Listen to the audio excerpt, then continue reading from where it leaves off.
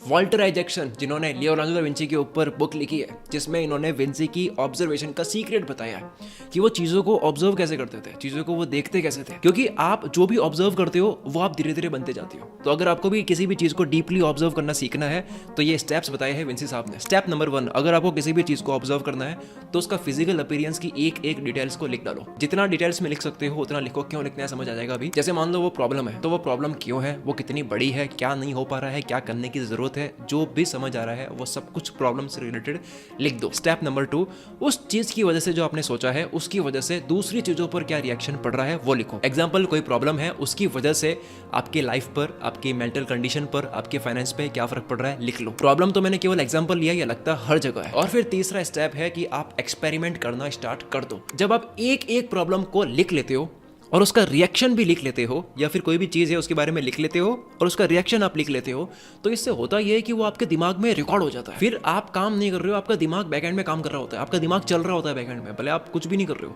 इसलिए नोटिस करना कभी भी होता है कि 2 दिन बाद में एक ऐसा आइडिया आ जाता है जो पहले नहीं आ रहा था, 2 दिन 3 दिन के बाद में सोल्यूशन आ जाता है जो पहले नहीं आ रहा था। तो वो होता इसलिए है क्योंकि आपका दिमाग बैकएंड में काम कर रहा था। तो बस आप एक्सपेरिमेंट करते जाओ और ऑब्जर्वेशन लिखते जाओ। कुछ दिन बाद फिर से आप सोचोगे तो नया ही आपके दिमाग में आएगा, क्योंकि आपका दिमाग बैकएंड में चलता है।